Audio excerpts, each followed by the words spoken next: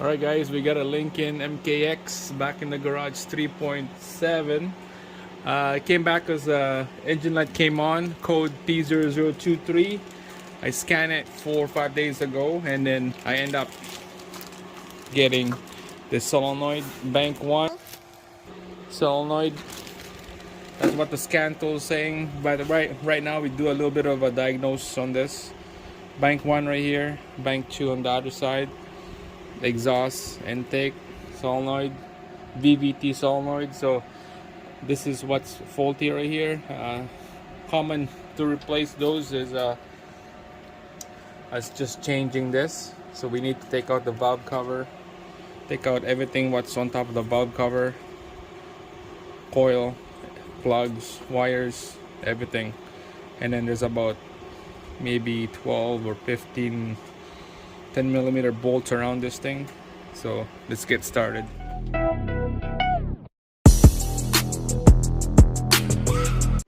Alright, so before I start taking this apart, I'm gonna have to do a little bit of a diagnostic on this solenoid. I got this guide here with me. This is that P0023 DTC. So first we'll do the saying here, scan the code, see if it come back, and it did came back. It came back what, like 2-3 times while it's driving for 3-4 days. So it came back, and then when it came back, do a wiggle test on the harness. If it come back, go to the next step. Resistance on the solenoid, positive, negative on the solenoid. See if it's in between 15-14 ohms. Yes or no. If it's no, replace the solenoid. If it's yes, move on to the next step. Is internal shorts on the solenoid. Resistance greater than 10k ohms. Yes or no. So just gonna move on to the next step here. Ignition on, engine off. Check for the power on the open circuit. Is it a 10 volts or no volts? So if it's no volts, yeah, you have to replace the solenoid. So there's a lot of step. The next one here is a voltage less than 1 volt. So ignition off again on this one. Checking everything. There's a lot of step here. So if one of the first, second, third step is go with the chart, that means it needs to replace something. All right, let's start taking this apart. All right, we're gonna start the engine right now, and we're gonna do a wiggle test. This wire. We're gonna do a wiggle test on this wire. See if the light come up. So wiggle the solenoid, the connector, the wire. It could be bad solenoid, bad wiring, bad connector. Did the light came on? No? Okay. No, light haven't came on. Okay, turn it off now. Alright, so next test we'll do the resistance on this solenoid. So pull out your multimeter, go to the resistance test, unplug this solenoid, and we'll put these 2 pins on this leads on the solenoid here.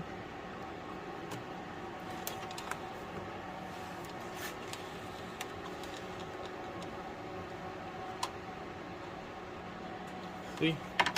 This should be in between 5 to 14 ohms. No reading.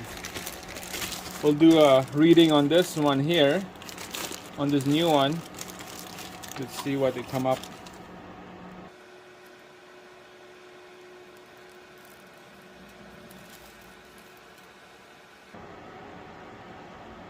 Look at that.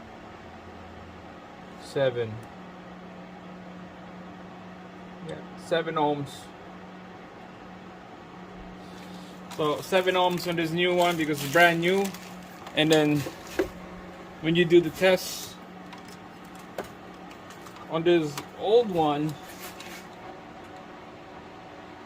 Nothing. So it's done. That's it. That's the end of the diagnose.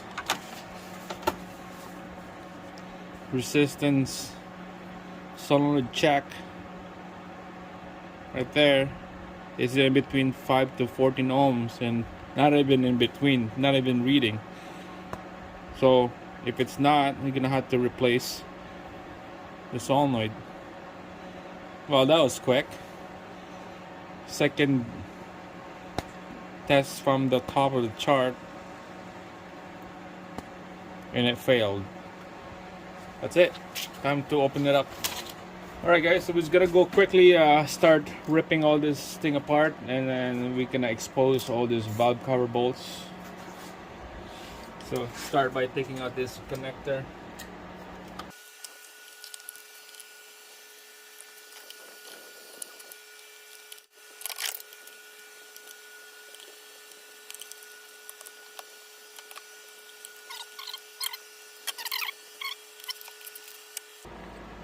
So you probably noticed, whoever follows my channel, I replaced this engine before already. You put a marking on those solenoids 4, 5, 6. When you take out the solenoid, it goes back on the same hole. I like to do that just for reference. That's a good sign. It's dry. Oh, it's hot.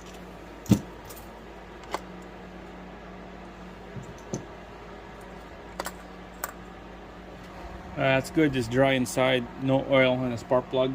That's a good sign.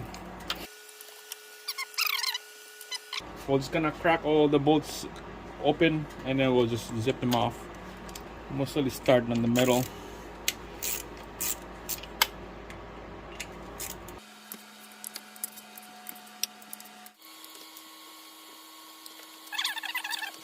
So you can see the stud and the bolts. So that's good. There's one more on the bottom left here. On the bottom left bolts right here, you need to get a swivel like this, because this is an angle. It's in the bad area. Alright, so all the bolts are loose. Let's there's a wire right here. This going to your AC, I believe, or alternator. I'm not gonna loose that up. I'm just gonna pull it out and then swing it that way. So here we go. All right, here we go. Just need to pry the corner, and this thing is super loose now. Make sure all the bolts are detached from the head.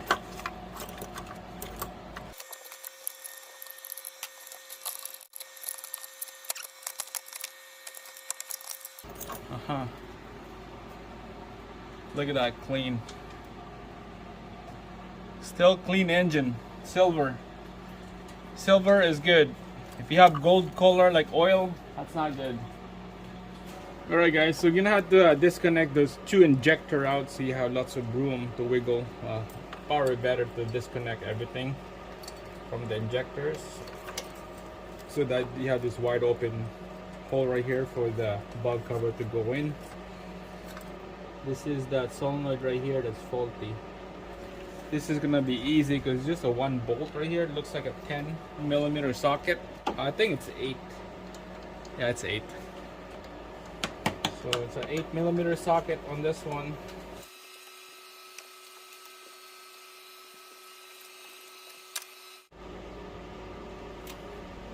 Alright, put that bolt right there.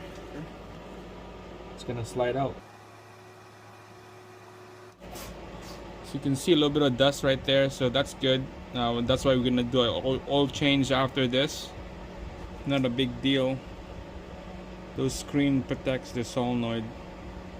I'm gonna do a test on this after the end of this video. Just want to make sure. Alright, so we'll put the new one in. Here's the new one. Like always, compare the new one to the old one before you start installing it, making sure. The dealer asked me the connector color black or white, because under catalog it doesn't tell you if it's the exhaust or intake, and I told him it's the black connector, so told him black. This is the white for intake. Alright, let's put this in. It's only go one way. Put down the bolt.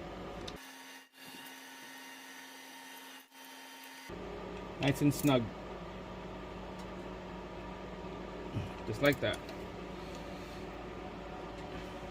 Alright, so that's the halfway point from this video. So we're gonna put the valve cover back on now. This is done. But first, I'm gonna clean the edge of this head, and you put a silicone right here and down here. Those silicone will seal the gap so that there's no oil leak.